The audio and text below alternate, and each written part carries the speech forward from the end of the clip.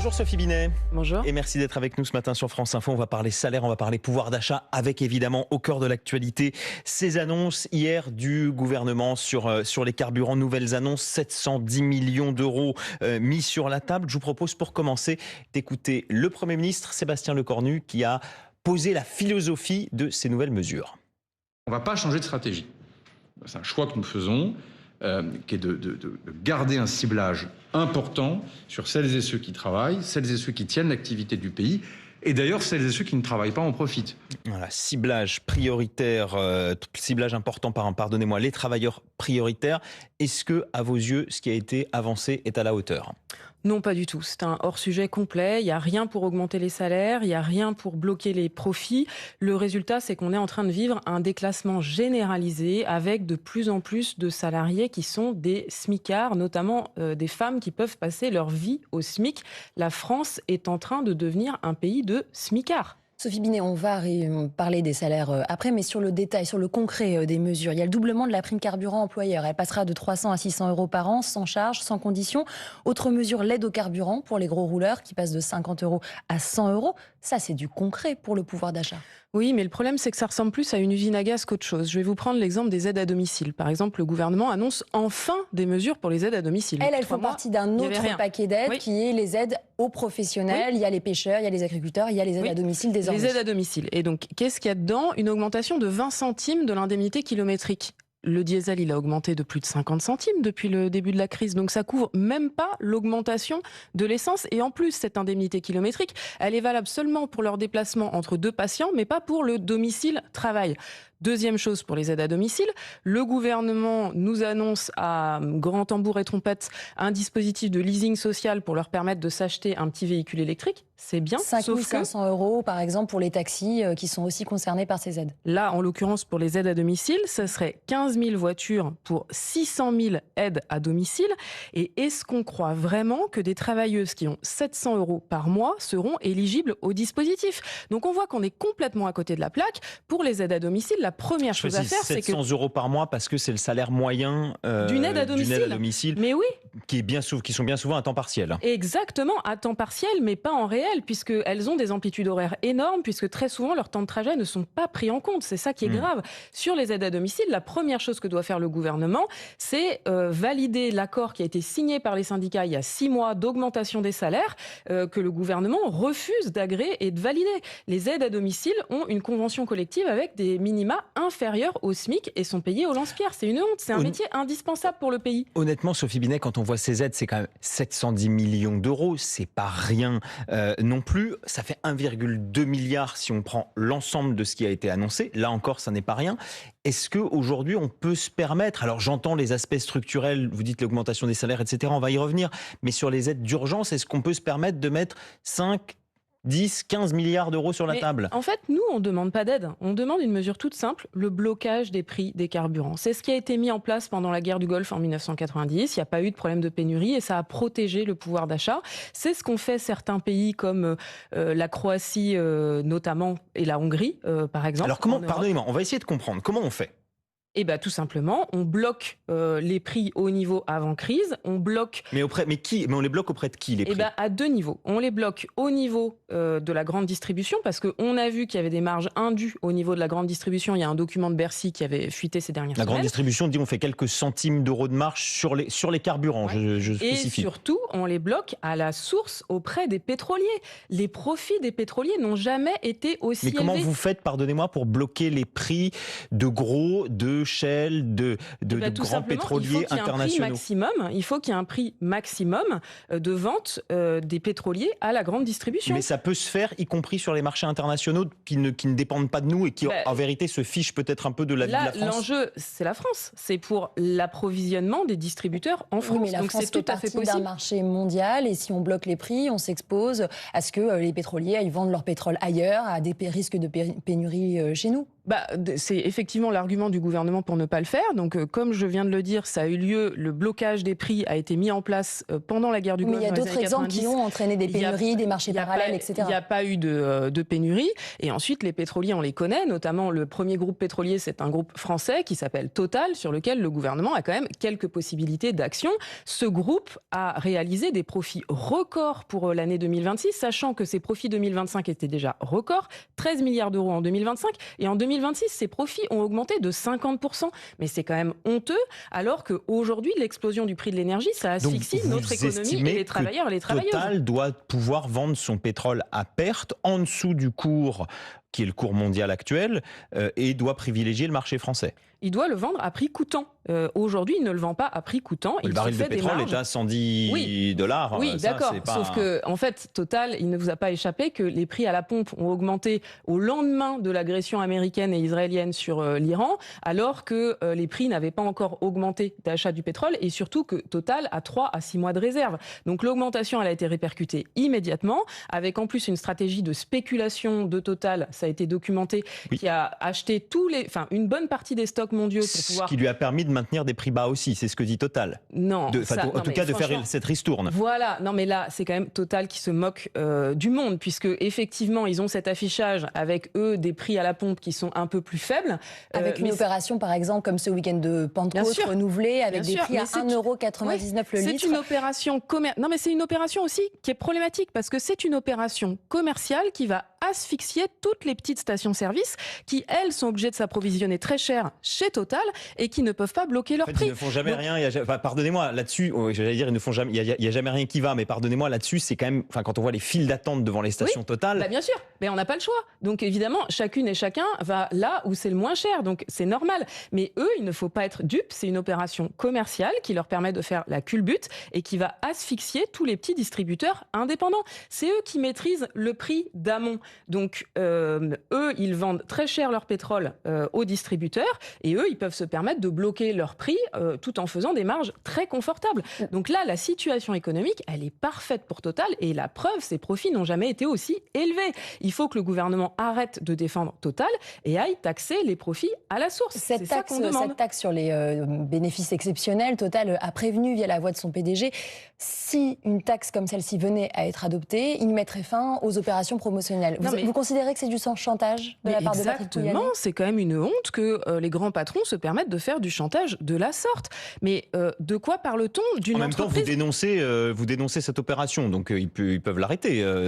Est-ce qu'ils menacent de l'arrêter s'ils sont taxés ? Donc, oui, non, mais grave, justement, nous, ce que nous demandons, c'est que le gouvernement bloque les prix à la source et force Total et les autres, d'ailleurs, à ne pas vendre leur carburant plus cher que X euros pour permettre de plafonner les prix et de bloquer les prix à la pompe. Voilà la mesure qu'il faut prendre, qui coûte 0 € pour les finances publiques et qui permet d'aller prendre l'argent là où il est, c'est-à-dire dans les poches des pétroliers qui se font des profits honteux. Il y a des profiteurs de guerre dans ce pays.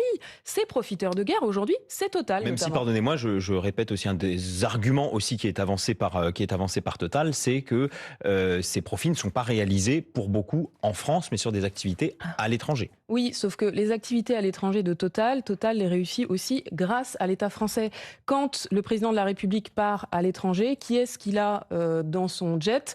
Toujours le patron de Total, qui a besoin de la diplomatie française pour signer ses marchés à l'étranger. C'est un juste retour des choses. Mais oui, il faut arrêter de se moquer du monde. Sophie Binet, on voulait parler de salaire, de pouvoir d'achat également. On l'a appris cette semaine, au 1er juin, le SMIC sera augmenté de 2,4%, comme l'inflation. C'est 44 € bruts de plus par mois. Une revalorisation qui est automatique, c'est pas un coup de pouce ou une augmentation.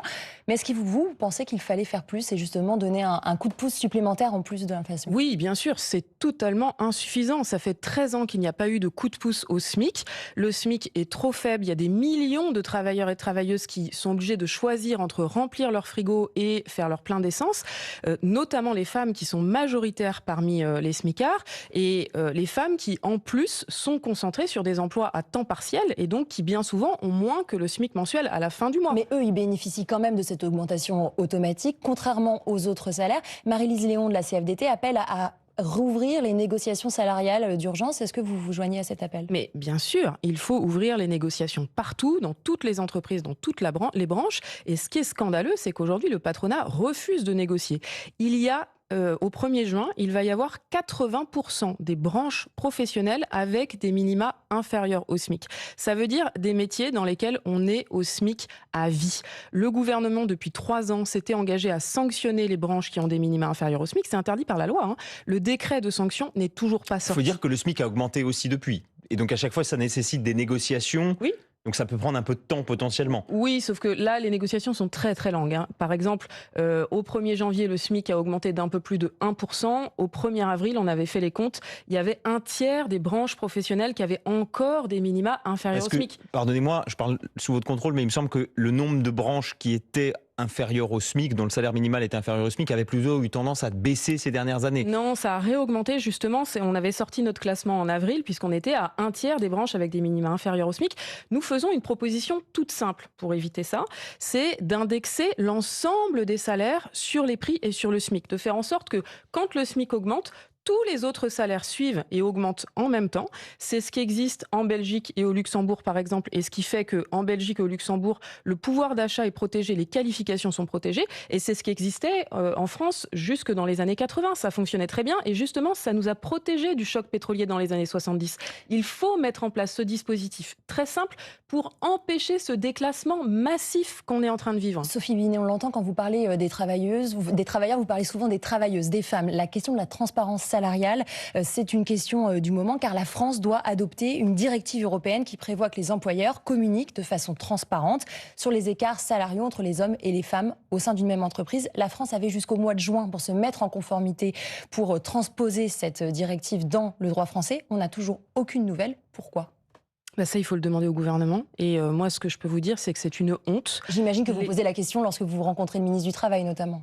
Tout à fait. Le problème, c'est que c'est le Premier ministre qui ne l'inscrit pas dans l'agenda parlementaire. Ça fait depuis le mois de septembre qu'on n'a pas rencontré le Premier ministre et qu'il ne répond pas à nos demandes. Ça fait 3 ans que cette directive a été adoptée au plan européen. Ça fait 3 ans que la France refuse de la mettre en œuvre, alors que les femmes en France sont toujours payées 25% de moins que les hommes. On est les premières victimes là, de cette crise inflationniste. Cette directive, elle permettrait 3 choses importantes. D'abord, de sanctionner enfin les entreprises qui discriminent. Ensuite, de faire la transparence sur les salaires parce qu'il y a une vraie opacité à tous les niveaux. Et enfin, de revaloriser les métiers dans lesquels les femmes sont concentrées, c'est le patronat qui sont moins bien payées. Selon vous ? C'est le patronat qui ne veut absolument pas de cette directive. Il a essayé de l'enterrer au plan européen et là, il fait tout pour la bloquer. Mais quand même, que le gouvernement tape du poing sur la table et l'impose du l'agenda. C'est une obligation. Donc, il faut le faire. C'est inacceptable que le gouvernement s'oppose à l'égalité entre les femmes et les hommes et bloque cette directive. Sophie Binet, vous restez avec nous. On va continuer nos échanges juste après l'info en 1 minute. Il est 8h47 et voici Maureen Suignard. L'association France Nature Environnement salue une très bonne nouvelle pour la santé des plus vulnérables. Le Conseil constitutionnel revient sur la décision du Parlement de supprimer les ZFE, les zones à faible émission, où les voitures les plus polluantes sont proscrites. Cette suppression n'avait rien à faire dans le texte sur l'artificialisation des sols, selon le Conseil constitutionnel. La consommation de carburant en France a diminué de 14% en mai par rapport au mois de mai l'année dernière, annonce ce matin du ministre de l'économie. Les prix des carburants se sont envolés avec la guerre au Moyen-Orient. Hier, le gouvernement a annoncé 710 millions d'euros d'aide en plus pour aider les Français et les entreprises. 6 personnes blessées, dont une grièvement. Des violences ont éclaté hier à Paris. Des événements qui ont impliqué des supporters niçois venus pour assister à la finale de la Coupe de France de foot ce soir face à Lens. 65 personnes interpellées. Certaines avaient des armes blanches, des cagoules et des gants coquets. 30 degrés à Nantes, 32 à Montélimar, 33 degrés à Bordeaux, Montauban et Biarritz. La chaleur s'installe en France pour plusieurs jours. 31 degrés sont aussi attendus demain à Paris et 35 à Bordeaux. France Info. Le 8-30 France Info. Adrien Beck, Camille Vigogne-Lecoat. Et nous sommes toujours avec Sophie Binet sur France Info, secrétaire générale de la CGT. On voulait vous parler de cinéma et plus précisément de Cannes, alors que le festival touche à sa fin, s'arrête samedi. Vous y êtes allé la semaine dernière. Cette année, la polémique s'appelle Vincent Bolloré, le propriétaire de Canal+, après une tribune dans Libération signée par des centaines de professionnels du cinéma. Le directeur général de Canal+, Maxime Saada, a prévenu que les signataires ne recevront plus de financement de Canal+. Beaucoup d'autres voix ont appelé au calme en soulignant que Canal avait toujours été au rendez-vous pour financer des films très divers. Est-ce que vous vous dites les acteurs du cinéma manquent de courage ? Non, moi d'abord, ce que je veux saluer, c'est le courage de celles et ceux qui osent briser l'omerta. Parce que ce qui est frappant, c'est à quel point il y a un climat de peur sur l'ensemble du cinéma français. Pourquoi ? Parce que Canal+, c'est le premier financeur et UGC, dans lequel Bolloré vient d'acquérir des parts, c'est le premier distributeur. Donc, le cinéma français est tenu. Il y a un vrai problème de liberté d'expression. C'est extrêmement inquiétant de voir à quel point, chaque jour, l'étau se resserre sur nos libertés, sur notre démocratie. Pardonnez-moi, Sophie, La mais situation est très grave. de façon très concrète, qu'est-ce qui vous fait dire aujourd'hui, parmi les films financés, diffusés par Canal+, qu'il y a une reprise en main ? En fait, ce qui me fait dire ça, c'est les propos de Maxime Saada, qui a menacé les Pardonnez-moi, auteurs de cette tribune de c'est pas ma représailles question. en disant que ces 600-là ne pourraient plus être produits et diffusés par Canal+. Mais c'est quand même extrêmement grave qu'on autorise ça dans une Ça démocratie. a été interprété par certains Non, c'est comme ce étant. qu'il a dit. Je sais parfaitement ce qu'il a dit. Ça a été interprété par certains comme une réaction à voir comment ça se traduit concrètement. Mais ma question n'était pas celle-là. Ma question était, est-ce qu'aujourd'hui il y a une reprise en main à vos yeux d'ores et déjà dans la production de films de Canal+. Mais en fait, c'est même pas le problème. Le problème, c'est qu'aujourd'hui, il y a une concentration qui est dangereuse parce que dans les mains du même milliardaire, il y a de plus en plus de médias, il y a de plus en plus de livres avec le secteur de l'édition qui maintenant est possédé dans une grande partie dans les mains de Vincent Bolloré. Il y a la distribution avec les relais et maintenant le cinéma. Et donc, ça veut dire que en fonction de sa volonté, il peut décider de choses ou non, comme il a décidé, par exemple, à Grasset, du jour au lendemain, de limoger le directeur de Grasset. Ça, il peut le faire sur le cinéma. Et c'est ce qui explique la peur et l'omerta sur le cinéma. C'est dangereux. Dans une démocratie, il ne peut pas y avoir autant de concentration. Ça n'est pas possible que notre secteur culturel, que nos médias soient concentrés dans les mains de quelques milliardaires. Le financement du cinéma par Canal+, c'est pas complètement nouveau. Ce qui semble plutôt vous poser problème, c'est que ce Canal+ soit propriété de Vincent Bolloré en l'espèce. Exactement. En fait, là, ce qui pose problème, c'est d'abord effectivement que Vincent Bolloré a racheté Canal+ il y a plusieurs années et qu'on connaît ses pratiques en général dans les entreprises qui rachètent. Il ne se contente pas d'en encaisser les dividendes, mais il veut s'en servir au service de sa bataille culturelle pour imposer ses idérances. Et ensuite, il vient de rentrer dans UGC et donc il maîtrise en même temps le premier financeur du cinéma et le premier distributeur. Donc c'est une concentration qui est extrêmement dangereuse pour notre démocratie. J'appelle le gouvernement à mettre en œuvre une loi anti-concentration. Vous entendez aussi des voix, pardonnez-moi, comme celle de l'acteur Mathieu Kassovitz, qui ne peut pas être accusé d'être proche de Vincent Bolloré, qui dit, voilà, pour l'instant, tout se passe bien. Oui. Il faudra, ce sont ces mots, il faudra gueuler si jamais ça se passe mal, mais pour l'instant, tout se passe bien. Mais le problème, c'est qu'on voit déjà que ceux qui s'expriment ont des conséquences directes et donc ça confirme qu'il y a une concentration qui est dangereuse avec des paroles qui sont muselées. Et la loi anti-concentration que vous réclamez, concrètement, ça fonctionnerait comment ? Eh bien, ça fonctionnerait sur la base de ce qui était prévu dans le programme du Conseil national de la résistance au lendemain de la Seconde Guerre mondiale, qui avait prévu le fait qu'on ne peut pas être patron de presse en étant capitaine d'industrie. C'est un enjeu central pour notre démocratie, pour empêcher la concentration du secteur culturel et des médias entre les mains de quelques milliardaires. C'est une remise totale du fonctionnement des médias privés aujourd'hui. Ah bah oui, et je pense que c'est indispensable pour notre démocratie, parce qu'on voit bien les dérives profondes. La CGT Spectacle organise le 30 mai prochain, donc samedi prochain, devant l'Olympia, donc qui est aussi une propriété de ce monsieur Bolloré. On voit que décidément, les secteurs qu'il possède, la liste est longue comme le bras. Donc un rassemblement devant l'Olympia le 30 mai prochain pour dénoncer cette concentration et pour exiger des mesures pour protéger notre démocratie. Sur votre loi sur la concentration, et donc vous dites plus aucun capitaine d'industrie ne pourrait posséder de médias. Qui donc pourrait posséder les médias ? Parce qu'il faut quand même de l'argent. Quoi qu'on en dise, et pourtant on est nous-mêmes journalistes, mais les médias, ça coûte de l'argent, ça n'en rapporte pas toujours beaucoup. Qui pourrait se permettre d'acheter des médias ? Eh bien, ce qu'il faut, c'est avoir des dispositions anti-concentration pour que on ne puisse pas en posséder trop comme aujourd'hui, puisque en fait, aujourd'hui, ce qu'on voit, c'est que Monsieur Bolloré a commencé avec iTélé, qu'il a transformé en CNews, puis là, c'est des acquisitions. Mais vous avez bien compris ma question. Qui d'autre qu'un milliardaire ou au moins un millionnaire peut se permettre d'acheter des médias aujourd'hui, dans la mesure où ça rapporte pas d'argent ? Ça peut en rapporter, Et l'enjeu, c'est que quand c'est des capitaines d'industrie qui possède les médias, la question c'est la liberté de l'information économique. C'est quand même un problème. Là, on parle beaucoup de Vincent Bolloré parce que c'est lui qui mène une offensive idéologique, mais on peut aussi parler de Bernard Arnault ou de Maxime Saada sur la CMA-CGM, avec Rodolphe Saadé sur la CMA-CGM, avec des problèmes de liberté de l'information économique. C'est pour ça que l'audiovisuel public joue un rôle fondamental et c'est très inquiétant de voir dans le même temps une concentration des médias qui s'accélère avec des milliardaires qui se permettent des choses honteuses et dans le même temps l'audiovisuel public qui n'a jamais été aussi contesté et fragilisé. Sophie Binet, on voulait vous parler aussi d'un autre thème qui s'est imposé ces dernières semaines à gauche cette fois et qui divise, c'est le rôle de l'immigration de travail. Question, faut-il l'encourager comme ce que fait l'Italie, l'Espagne, ce que réclame en partie le patronat français aussi, qui dit qu'on a besoin de main-d'œuvre, ou est-ce qu'il faut réduire l'immigration de travail? C'est ce que demande par exemple François Ruffin. Mais moi, je pense que c'est un hors-sujet complet. Ah non, c'est un peu un sujet quand même. Je vais vous le dire pourquoi.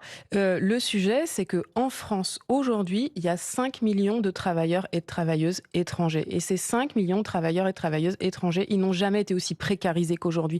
Pourquoi ? Pas exact, pardonnez-moi, on peut en parler, mais avant ça, sur la politique qu'il faut mener en matière d'immigration, est-ce qu'il faut plus d'immigration de travail ou est-ce qu'il en faut moins? Mais la question, c'est de faire en sorte que les travailleurs et les travailleuses qui sont là, aujourd'hui, aient l'égalité des droits avec les travailleurs français. Et aujourd'hui, mais oui, mais parce que c'est pas la question en fait. Parce que contrairement à ce que vous dites, l'Espagne n'a pas une politique pour encourager l'immigration de travail. L'Espagne, elle régularise les travailleurs étrangers qui sont présents sur son sol de façon à permettre l'égalité des droits. Aujourd'hui, il se passe quoi? Aujourd'hui, c'est 5 millions de travailleurs et de travailleuses étrangers qui sont précarisés comme jamais, qui n'ont pas de possibilité de renouvellement de leur titre de séjour, alors que pour certains et certaines, ils sont là depuis 5, 10, 15, 20 ans avec toute leur famille, toute leur vie en France. Aujourd'hui, on a des patrons qui nous appellent en nous disant « mais je vais être obligé de le licencier, il n'a plus de titre de séjour parce que les préfectures n'en délivrent plus ». C'est une honte. Il y a 150 000 obligations de quitter le territoire français au QTF qui ont été délivrées en 2025.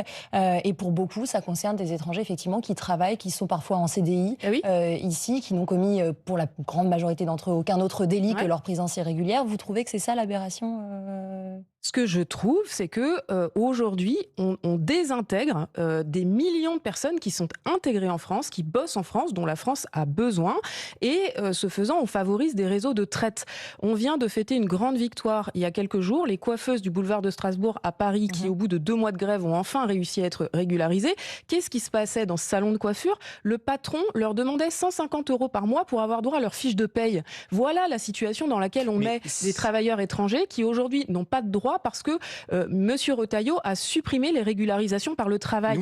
Il faut absolument rétablir les régularisations par le travail. On vous parlait de Monsieur Ruffin, en l'occurrence, avec ses propos qui effectivement ont fait beaucoup réagir à gauche. Et la question étant, est-ce qu'il faut favoriser, quitte, dit-il, d'une certaine façon aussi à favoriser le patronat, favoriser l'immigration du travail, ou au contraire privilégier peut-être ceux qui sont déjà là et des emplois pour des personnes qui sont déjà présentes sur notre sol. Et ce que je répète, c'est que c'est un hors-sujet. Aujourd'hui, on n'est pas dans les années 60. Il n'y a personne qui dit qu'il faut faire des filières pour faire venir des travailleurs du monde entier. Il y a plein de chefs d'entreprise qui disent on a besoin de main-d'œuvre étrangère. C'est vrai, et ils sont là. Et donc, ce qu'il faut, c'est leur permettre de travailler. Ce que vous dites, c'est qu'ils sont déjà là, en fait. Mais bien sûr. Et donc, il faut permettre à celles et ceux qui sont là de pouvoir bosser de façon légale et les sortir de la précarité. C'est important pour ces travailleurs concernés, mais c'est aussi important pour les travailleurs français parce que la situation actuelle, ça permet d'organiser le dumping avec des patrons véreux qui profitent de cette précarité pour ne pas déclarer les heures sup, exiger pourquoi pas des bacs chiches pour avoir une fiche de paye et faire travailler leurs salariés au noir. Voilà la situation actuelle aujourd'hui qui ouvre un boulevard à celles et ceux qui pratiquent la traite d'êtres humains parce que c'est ça la situation en France. Merci beaucoup Sophie Binet, secrétaire générale de la CGT, d'avoir été avec nous ce matin sur France Info. Merci Camille Vigogne-Lecoat. Le Nouvel Obs, restez avec nous les informés dans quelques secondes.